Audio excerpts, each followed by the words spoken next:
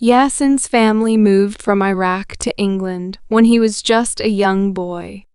Yasin did not want to leave his home in Samara, but his father said that it was best for the family, because it was not safe to live there anymore, and he wanted his son to grow up in a country that was accepting of all people.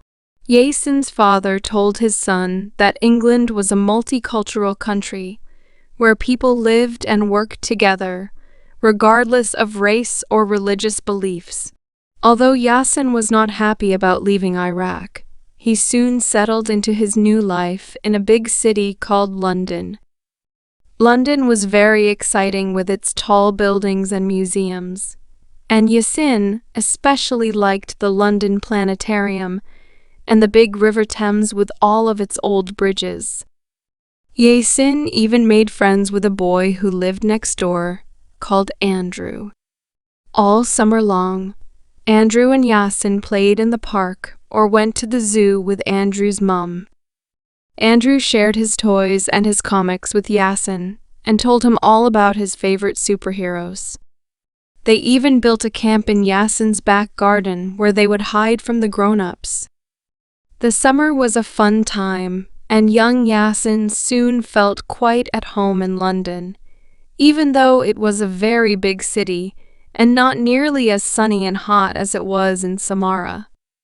His English got better and better, especially with help from Andrew, although there were a lot of words that Yasin did not understand, and he often felt silly because he couldn't speak as well as he would like.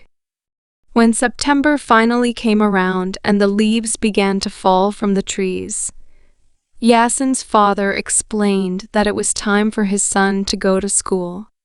Yasin was 7 years old, so he would be going to year 3 of the local primary school the same year as his friend Andrew.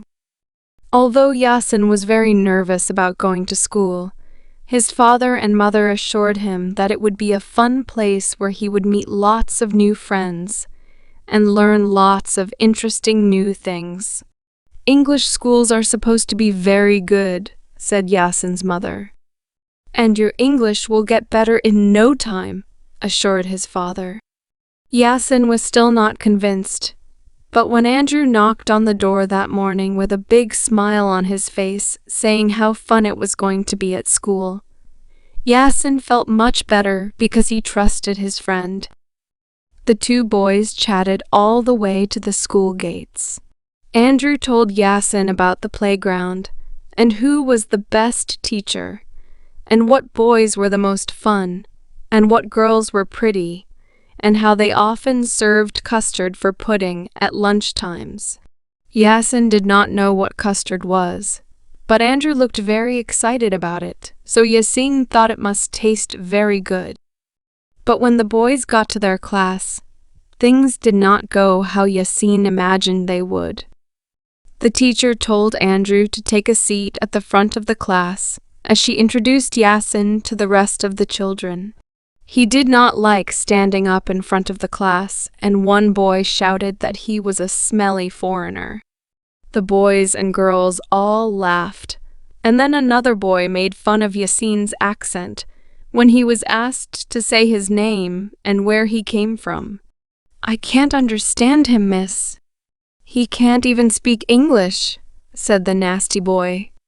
Finally, Yasin was allowed to take a seat at the back of the class, but he wished that he was sitting next to Andrew as he felt very alone.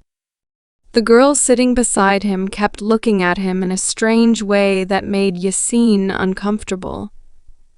And during the lesson, she put her hand up and asked the teacher if she could move places.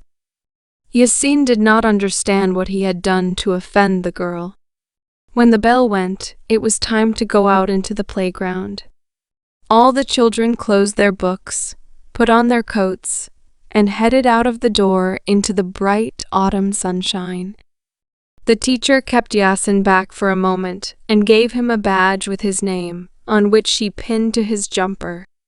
"There you go," she said with a smile. "Now all of the children will be able to learn your name." Yasin thought that the badge looked silly, And when he went out into the playground, all of the children began pointing and laughing. "You've got a girl's name," said a small boy with blonde, curly hair. Yasin wanted to explain that it was not a girl's name, but he was too nervous. When Yasin got nervous, his English was not very good, and the words always got stuck in his throat. He was very sad and wanted to run out of the playground back to his mother and father and never return to school again. But just as he was about to run, he heard a familiar voice. "Hi, Yasin." And when he looked up, there was Andrew standing right beside him. Andrew looked at the children gathered around and shook his head. "What's wrong with you lot?" he asked. "I told my friend Yasin that school was fun. Why are you ruining it for him?" "He's different," said a very tall girl who was standing at the front of the crowd. "So are you," said Andrew. "You are the tallest girl in the whole school, and you don't like it when people make fun of you, do you?" Then Andrew looked at the boy with the curly hair. "And you don't like it when people say that you have girl's hair," he said to the boy. "We are all different, and that is what makes us interesting. What would life be like if we were all the same as one another?" There was silence among the children. Then Yasin lifted his head high. "Boring," he said with a smile. "That's right," exclaimed Andrew, returning his friend's smile. "Really boring." And with that, all of the children began to laugh. "Really boring," they chanted at one another. Andrew went on to explain how he had spent the summer with Yasin, how they had built a camp together and played in the park, and how Yasin preferred Batman to Superman, and how he really was different because he didn't even like hot dogs. The children all laughed some more, and soon everybody was talking about all the things that made them different from one another. Peter Jenkins even lifted up his jumper and showed everybody a big purple birthmark on the front of his belly. "Now that's what I call different," he said triumphantly. "I bet none of you have a big birthmark like mine." When break time was over, Andrew put his hand up in class and suggested to the teacher that they should spend the lesson talking about how great it was that everybody was so different from everybody else, and how people came to England from all over the world to begin a new life, just like his friend Yasin. The teacher agreed that it was important to be an individual, and she also said how wonderful it was that the whole of Britain was such a multicultural island. Yasin wrote these 2 words down in his book and promised himself that he would learn them both and remember them always. He also wrote the word friend in his book. He already knew what that meant, but he just wanted to write it down because he felt so lucky to have a good friend like Andrew, who stood up for people and did not judge them just because they were different.